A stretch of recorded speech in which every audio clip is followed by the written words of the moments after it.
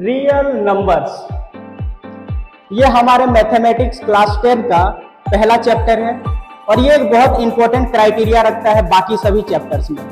आपको दिखने में ये कोई छोटा मोटा नाम लगता होगा, छोटा मोटा चैप्टर लगता होगा, लेकिन ये मैथमेटिक्स के हर एक चैप्टर में पता नहीं कब ये इन्वॉल्व हो जाएगा जो आपको पता ही नहीं चलेगा। और मैथ बनाने के लिए सबसे इंपॉर्टेंट चीज मायने रखती है आपका कॉन्सेप्ट। अगर आपके कॉन्सेप्ट सही से है तो आपका बिल्कुल मैथ का कोई भी क्वेश्चन आपका रुकने वाला है नहीं। तो चलिए आज शुरू करते हैं रियल नंबर्स के बारे में। बाय द वे, मेरा नाम Bhima Karmali from EPL classes.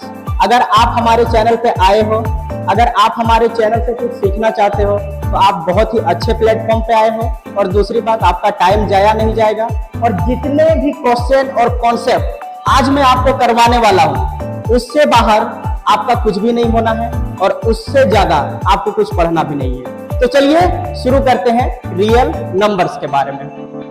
तो first of all sir, numbers जो होता है वो काउंटिंग के लिए यूज होते हैं, लाइक 1 2 3 4 5 etc।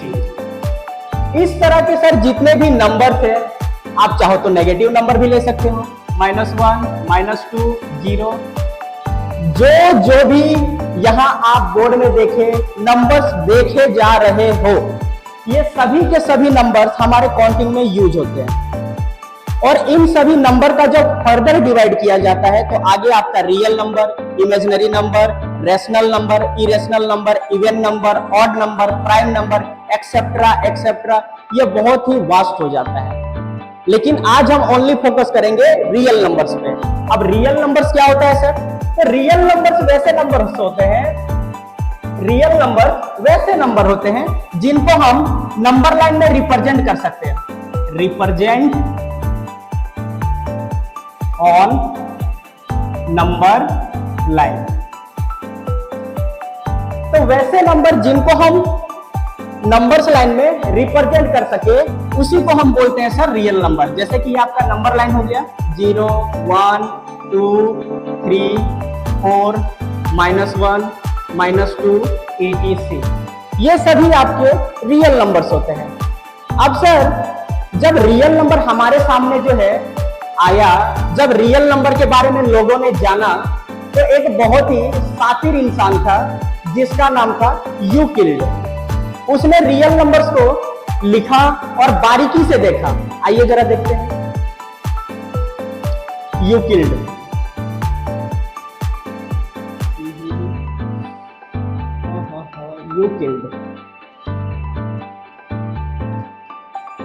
यूक्लिड ये बहुत ही शातिर आदमी था। आप देखना चाहोगे कैसे? इन्होंने नंबर्स को लिखा 1 2 3 4 5 6, इस तरह करके इन्होंने नंबर्स को लिखा। अब नंबर्स को लिखने के बाद इनके दिमाग में एक आइडिया आता है, क्या हम नंबर को किसी दूसरे नंबर के रेस्पेक्ट में हम क्या उसको डिनोट कर सकते हैं या क्या उसको हम रिप्रेजेंट कर सकते हैं? तो उन्होंने कुछ इस तरह से किया। अगर आपके पास 3 है और 3 को हम चाहते हैं 2 के पर्पस में रिप्रेजेंट करना, तो ऑब्वियसली बात है सर, कर सकते हैं 2 × 1 + 3। दूसरा नंबर लिया 4, तो क्या हम इसको किसी और नंबर के रेस्पेक्ट में जो इससे छोटा हो उस पर हम रिप्रेजेंट कर सकते हैं? तो बिल्कुल कर सकते हैं, 3 × 1 + 1। तो ये चीज यूक्लिड ने ऑब्जर्व किया, ये चीज यूक्लिड ने ऑब्जर्व किया और ऑब्जर्व करने के बाद नंबर्स के लिए एक अपना नया फॉर्मूला बना दिया, एक अपना नया लॉ बना दिया। इसी लॉ को हम लोग बोलते हैं यूक्लिड डिविजिबिलिटी लेमा। आइए जरा उसको देखते हैं।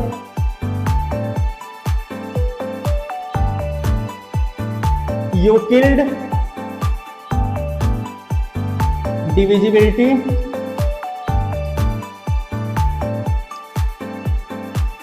लेमा। अब सर आप लोगों में से कुछ लोग जो है ऐसे ऐसे धुरंधर होंगे जो मेरे से सवाल पूछेंगे लेमा, तो आप बिल्कुल भी घबराइए मत। आपके अंदर में कोई भी सवाल है आप मेरे से पूछ सकते हैं। आप कमेंट सेक्शन में आप सवाल भेजिए, आपका आंसर प्रॉपर मिल जाएगा। आप अगर सीखना चाहते हो तो पूरे डिटेल में सीखिए।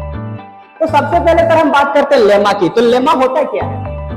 एक्चुअली लेमा होता कुछ नहीं है, लेमा जो आपका होता है ये एक तरह का आपका प्रूविंग स्टेटमेंट होता है,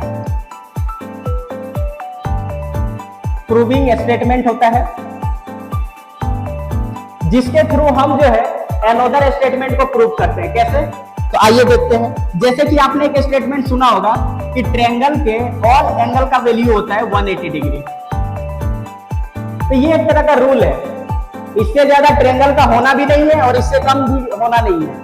तो ऑब्वियसली बात है सर, इसी को हम लेमा बोलेंगे। आप जोड़िएगा 1 + 1 = 2। लोगों ने इसको भी एक रूल बना दिया है, तो ये भी आपका क्या हो गया? लेमा हो गया। लेमा वैसे रूल को बोला जाता है जो स्टैंडर्ड फॉर्म में है और वो पहले से ही प्रूव्ड है, उसी को लेमा बोला जाता है। तो यूक्लिड ने जो अपना डिस्कवर किया, जो थ्योरी इसने पास किया, उसका नाम रखा यूक्लिड डिविजिबल लेमा। ये बोलता है, सिंपल सा यूक्लिड एक बात बोलता है कि आप 2 इंटीजर नंबर उठाइए, कोई सा भी 2 इंटीजर नंबर उठाइए। हम उठा लेते हैं A, B। ये दोनों नंबर सर मेरा इंटीजर है, देख लीजिए। अब इंटीजर्स तो आपको पता ही होंगे, इंटीजर्स क्या होता है? जो नेगेटिव से लेके पॉजिटिव सभी नंबर्स को हम लोग इंटीजर नंबर ही बोलते हैं। अब बात करते हैं सर, ए और बी मेरा इंटीजर नंबर है। हाँ सर, इंटीजर नंबर है। अब हम करते क्या है कि हम सबसे पहले चेक करते हैं कि इन दोनों में से बड़ा नंबर कौन है। तो हम सपोज कर लेते हैं कि मेरा ए जो है बी से बड़ा है। ओके, ए जो है सो बी से बड़ा है। बस यहीं पे यूक्लिड अपना जो है वो फॉर्मूला जो मैंने आपको दिखाए थे कि किसी भी नंबर को दूसरे नंबर के रेस्पेक्ट में रिप्रेजेंट किया जा सकता है, उसको उसने यहाँ पे प्रॉपर छाप दिया। नियम बनाने का जरूरत तो था नहीं, लेकिन फिर भी क्या करें, पहले जब रियल नंबर का बात चल रहा था स्टार्टिंग पीरियड में, तब यूक्लिड ने इसको पास किया, जो आज तक हम लोग फॉलो कर रहे हैं। तो देखिए किस तरह से बातें होती हैं। इनका कहना है कि अगर आप ए को बी के रेस्पेक्ट में रिप्रेजेंट करना चाहते हैं तो बी को आपको किसी से मल्टीप्लाई करना पड़ेगा और उससे रिमाइंडर से जोड़ना पड़ेगा।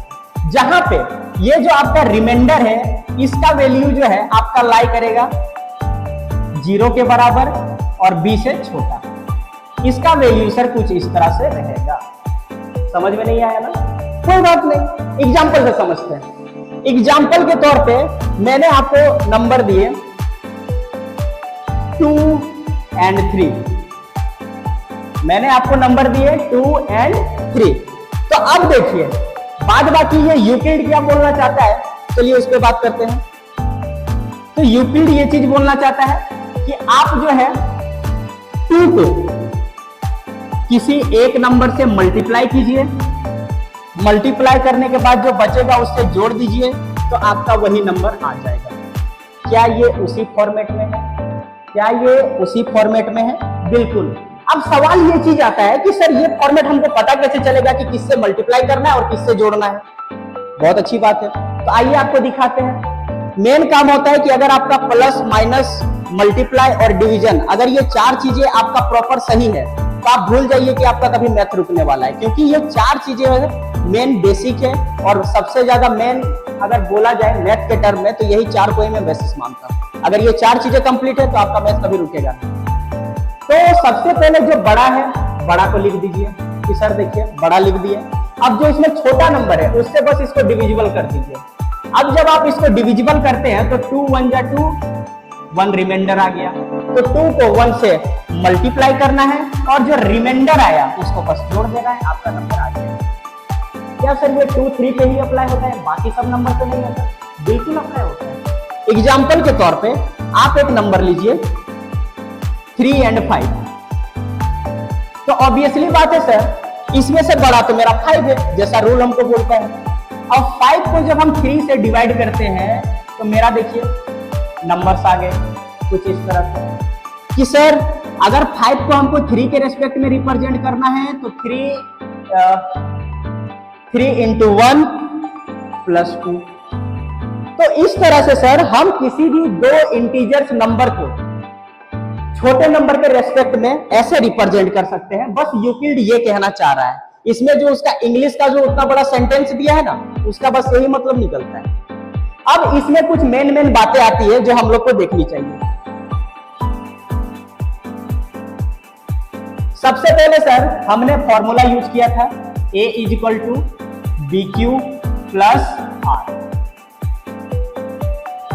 जहां पे सर r का जो वैल्यू है वो आपका 0 के बराबर रहेगा या तो फिर सर वो b से छोटा रहेगा। कुछ इस तरह से मैंने आप लोगों को बताया, बिल्कुल घबराने का बात नहीं है।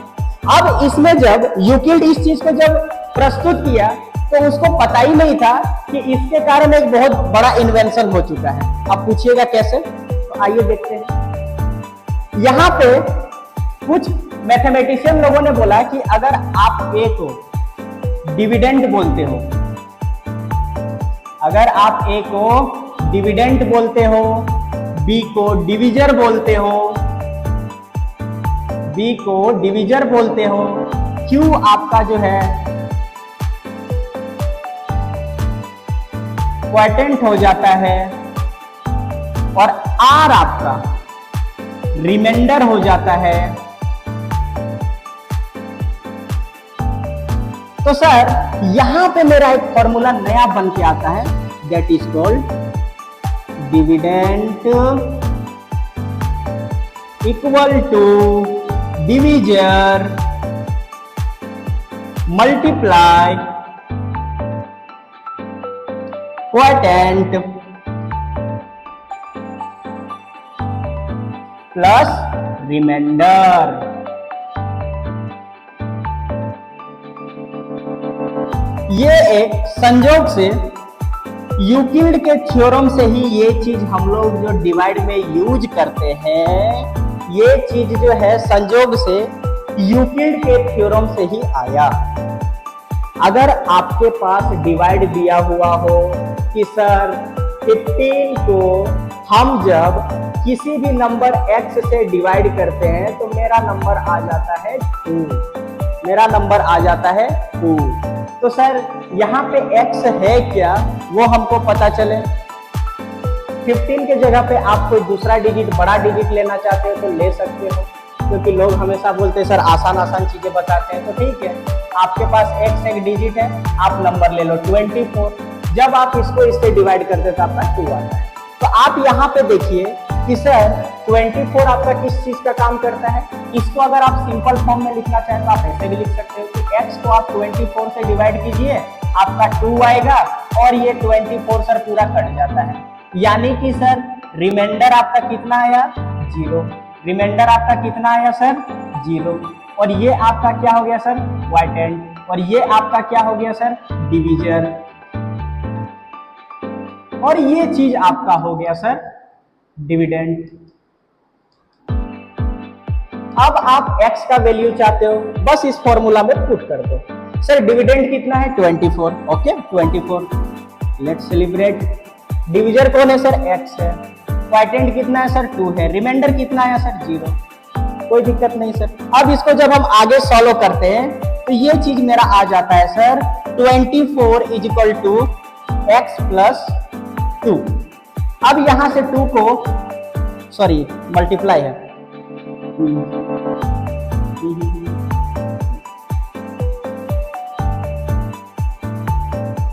यहां पे मल्टीप्लाई है। माफ कीजिएगा, छोटी छोटी मिस्टेक बड़े बड़े शहरों में होती रहती है। अब ये आपका हो जाएगा x multiply by 2।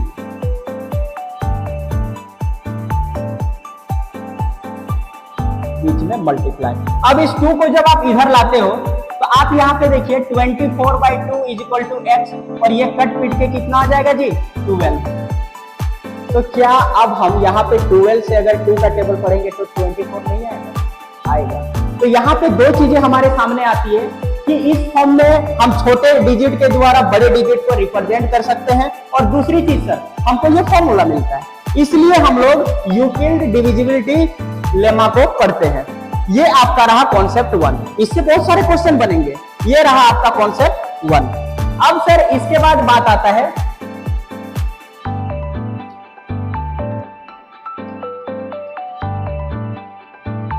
Euclid division algorithm.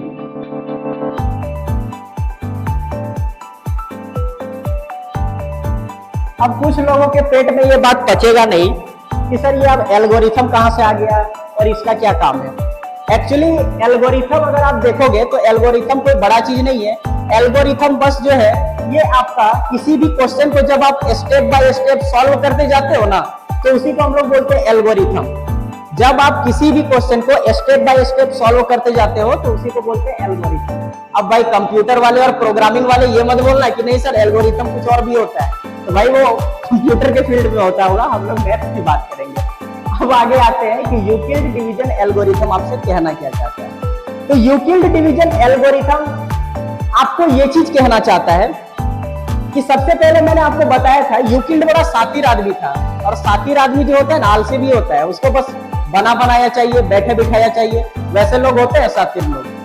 तो यूक्लिड जो है सबसे पहले जब नंबर्स के बारे में उसने अपना थ्योरी दिया इंटीजर वाला, और उससे नया फॉर्मूला बन के आया, तो उसके बाद यूक्लिड जो है एक डिवीजन एल्गोरिथम लाया जिसके थ्रू आप एचसीएफ आसानी से निकाल सकते हो।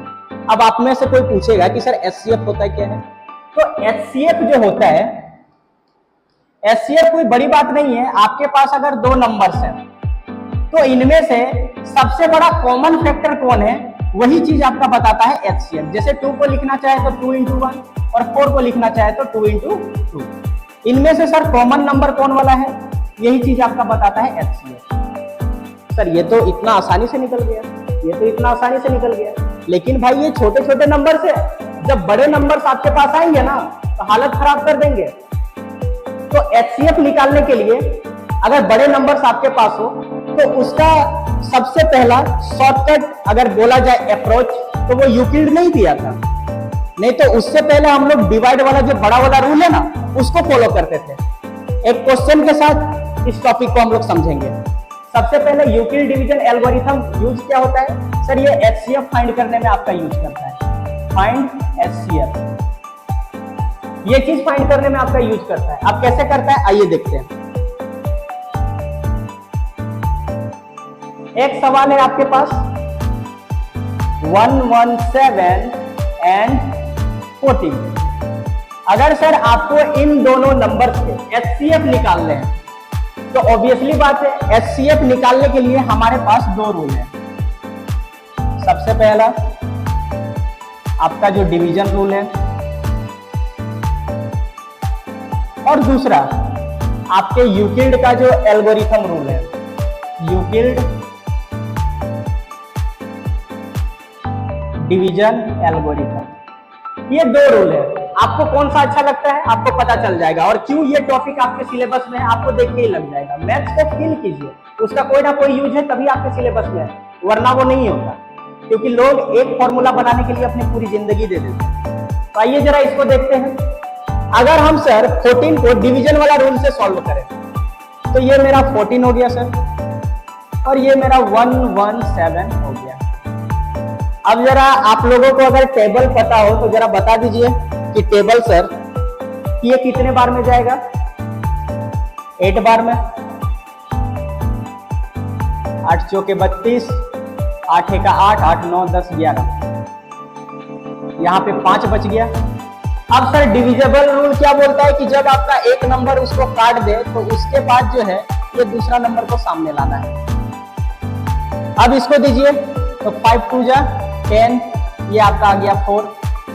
अब सर फिर 4 को 5 से दीजिए 1 4, फिर इसको 1 से दीजिए,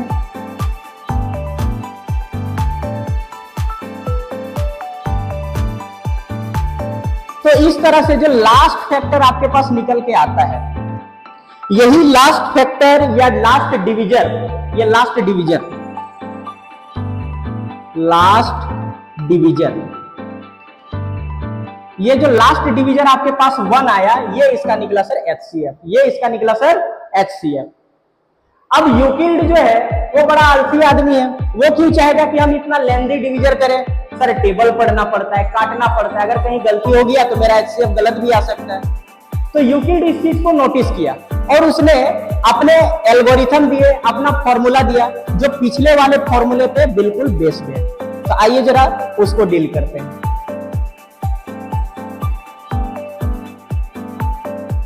चलिए अब इसका जरा Euclid division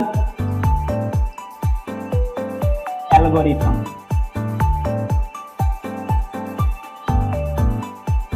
Euclid division algorithm बस आपको इतना कहना चाहता है कि आप इसके पहले वाले प्रोसेस को बिल्कुल फॉलो कीजिए। आपके पास दो नंबर गिवन है ए बी, आपको बस ये देखना है कि दोनों में से बड़ा नंबर कौन है। ठीक है सर, सपोज मेरा ए बड़ा है। अब मेरा बड़ा नंबर जब कंप्लीट हो चुका है कि ये मेरा ए बड़ा है, तो अब हम क्या करेंगे कि इस ए को बी के रेस्पेक्ट में रिप्रेजेंट करेंगे, जैसा कि सर यूक्लिड ने अपनी थ्योरी में बताया था। तो A is equal to B Q plus R, आपको इस फॉर्म में इसको रिप्रेजेंट करना है। अब जब आप इसको इस फॉर्म में रिप्रेजेंट करते हैं तो आपका दो केस यहां पे बन के आते हैं। चलिए देखते हैं, केस 1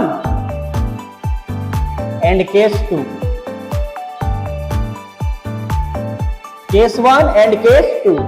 आपका केस 1 पहला ये चीज आ सकता है कि आपका रिमाइंडर आ जाएगा 0।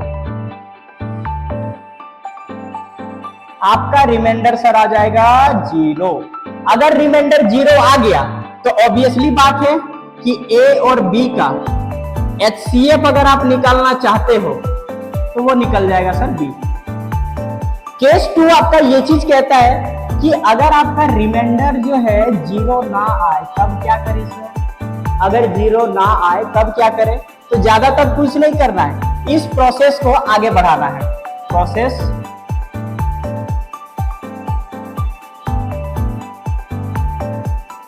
Will continue.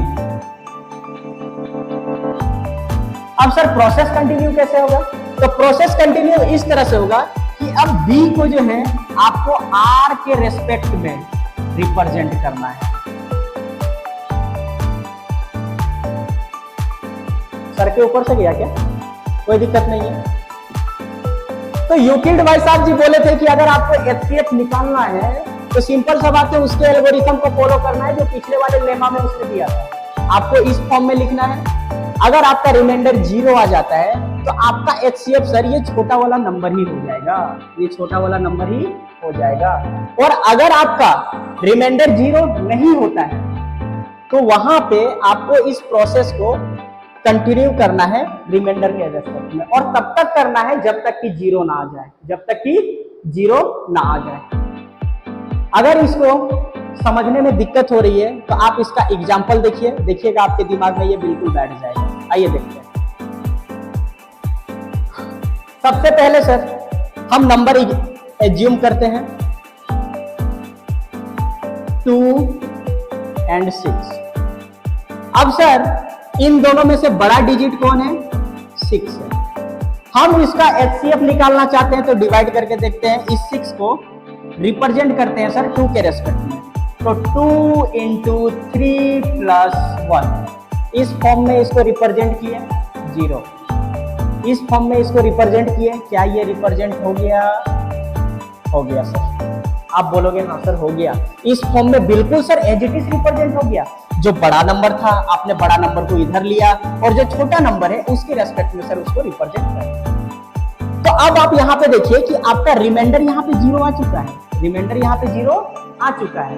तो जब रिमाइंडर 0 आ जाता है तो मैंने बोला था ना कि 2 डिजिट में से जो छोटा डिजिट है वही इसका क्या निकल जाएगा सर? HCF। क्या निकल जाएगा? HCF। तो ये कहता है केस 1। अब सर केस 2 की बात करते हैं। केस 2 पे जब हम आते हैं तो एक नंबर लेते हैं सर 2 और 7। अब हम क्या करते हैं कि सर 2 को और 7 को चेक करते हैं कि इन दोनों में से बड़ा डिजिट कौन है। ऑब्वियसली बात है सर 7 है, ऑब्वियसली बात है सर 7 है, कोई दिक्कत नहीं है। अब हम 7 को इस फॉर्म में 7 को इस फॉर्म में रिप्रेजेंट करते हैं। तो 7 = 2 × 3 + 1। मेरे पास सर ये चीज आ गई। अब सर यहां रिमाइंडर आपका 0 आया क्या? नहीं आया है। तो अब क्या करना है? इस प्रोसेस को आगे बढ़ाना है। तो ठीक है आगे बढ़ाते हैं। अब हम लोग 2 को रिप्रेजेंट करते हैं सर 2 × 1 + 0। अब सर 7 को रिप्रेजेंट कर दिए, 2 को रिप्रेजेंट कर दिए, हो गया रिप्रेजेंट। अब क्या मेरा 0 आ चुका है? अब क्या मेरा 0 यहाँ पे आ चुका है? आप बोलोगे हाँ सर आ चुका है। तो अब जब यहाँ पे मेरा 0 आ चुका है, तो अब देखिए यहाँ पे लास्ट जो है कौन सा नंबर? लास्ट में यहाँ पे है कौन सा नंबर? तो आप बोलोगे कि सर यहाँ पे आपका नंबर है 1। कौन है? 1। क्यों सर? क्योंकि सर ऑब्वियसली बात है, जब 7 को 2 के टर्म में रिप्रेजेंट किए तो 2 × 3 + 1। ओके, अब सर यहाँ पे हम देख रहे हैं मेरा रिमाइंडर 0 नहीं आया है, तो अब हम क्या करेंगे? इस 2 को रिप्रेजेंट करेंगे किसके रेस्पेक्ट में सर? रिमाइंडर के रेस्पेक्ट में। रिमाइंडर कौन है? 1। तो 2 × 1 + 0। हाँ सर मेरा रिमाइंडर 0 आता है। तो अब यहाँ पे लास्ट डिविजर कौन है? तो सर आप देखिए यहाँ पे आपका है 1। कौन है? 1। तो ये 1 सर आपका निकल गया HCF। ये आपका निकल गया सर HCF। तो ये कहानी है यूक्लिड लेमा की और यूक्लिड एल्गोरिथम की। अगर ये चीजें आपने समझ ली है तो ऑब्वियसली बात है कि आपसे पूरा का पूरा एक्सरसाइज बन जाएगा। तो चलिए शुरू करते हैं एक्सरसाइज को। Exercise 1A, question number 1। Exercise 1A का क्वेश्चन नंबर 1 आपसे पूछ रहा है यूक्लिड डिवीजन लेमा क्या है? यूक्लिड डिवीजन लेमा क्या है? तो आप लोगों को पता है कि यूक्लिड डिवीजन लेमा हो क्या? सर 2 नंबर ले लीजिए ना, A और B। Very good. ये कैसे नंबर है सर? इंटीजर नंबर है। दूसरा चीज कि सर चेक करना है कि इन दोनों में से बड़ा कौन है। चेक कर लिया सर। अब जो बड़ा है उसके टर्म में हम छोटे वाले को रिप्रेजेंट कर देते हैं।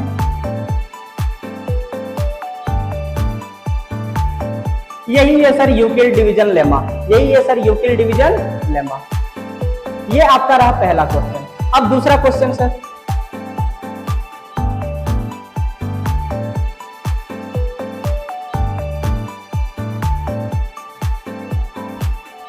दूसरा क्वेश्चन आप लोगों को बोल रहा है कि कोई भी नंबर जो है उसको जब हम 61 से डिवाइड करते हैं तो हमको 27 मिलता है और 32 रिमाइंडर मिलता है। चलिए बनाते हैं क्वेश्चन को कि कोई भी नंबर है सर, एनी नंबर x मान लिए, उसको सर हम जब 61 से डिवाइड करते हैं, 61 से डिवाइड करते हैं तो मेरा 27 क्वाइटेंट बनता है।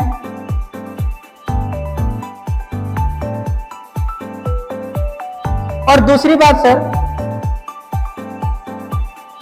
32 रिमाइंडर बनता है।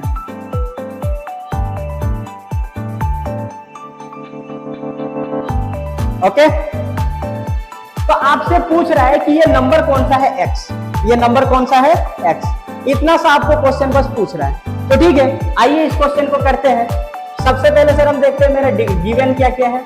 तो हम जब गिवन में जाते हैं तो हमको पता है सर क्वाइटेंट हमको दिया हुआ है। हाँ सर क्वाइटेंट दिया हुआ है। क्वाइटेंट को अगर मैं डायरेक्टली Q लिखूं तो किसी को कोई तकलीफ नहीं होना चाहिए। Q = sir 27। रिमाइंडर हमको दिया है सर, रिमाइंडर हमको दिया है सर, इसको अगर मैं R से रिप्रेजेंट करूं तो किसी को कोई दिक्कत नहीं होना चाहिए, 32। उसके बाद सर डिविजर हमको दिया हुआ है सर, डिविजर हमको दिया है सर, इसको अगर मैं D से रिप्रेजेंट करूं, सॉरी अगर मैं इसको B से रिप्रेजेंट करूं तो किसी को कोई तकलीफ नहीं होना चाहिए। ये आपका हो गया सर 61। अब हमको सर पूछा है कि ये x जो नंबर है उसको फाइंड आउट कीजिए। तो ठीक है, फॉर्मूला लगाते हैं, डिविडेंड = 1। तो ठीक है, फॉर्मूला लगाते हैं सर। डिविडेंड बराबर मेरा होता है क्या है? डिविडेंड बराबर में मेरा होता है sir divisor multiply quotient plus reminder.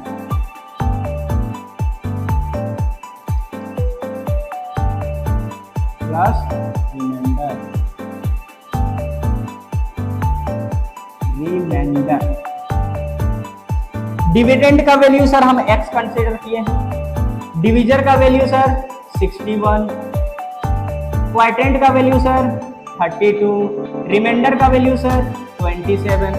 तो ठीक है, मल्टीप्लाई करते हैं इसको, जरा मल्टीप्लाई कीजिए तो कितना आएगा 61 इंटू 32। देखिए हम ही कर देते हैं, 2 1 या 2, ठीक है, 3 18, 2 5 9 1 1952 प्लस में सर 27 ऐड कीजिए, 7 और 2 9, 5 2 7 9 1।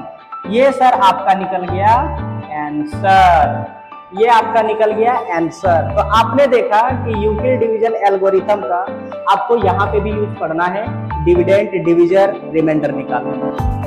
तो ये यूक्लिड के द्वारा दिया गया एक बहुत बड़ा हम लोग के लिए अप्रोच है, जिसका यूज सर रियल नंबर्स में डिवीजन और डिविजिबिलिटी के लिए ही नहीं, बहुत ऐसा प्रूफ होता है जिसके लिए हम लोग करते हैं। तो नेक्स्ट क्लास में सर हम लोग आप बाकी का एक्सरसाइज के क्वेश्चन देखेंगे। आज के लिए इतना ही। अगर आप लोगों को हमारा कॉन्सेप्ट, हमारा ये क्लास अच्छा लगता है तो बहुत अच्छी बात है, और आप सभी को बेस्ट ऑफ लक। हमारे और हमारी टीम EPL क्लासेस की तरफ से अच्छे से प्रिपेयर कीजिए और अपना ध्यान रखिए। Thank you.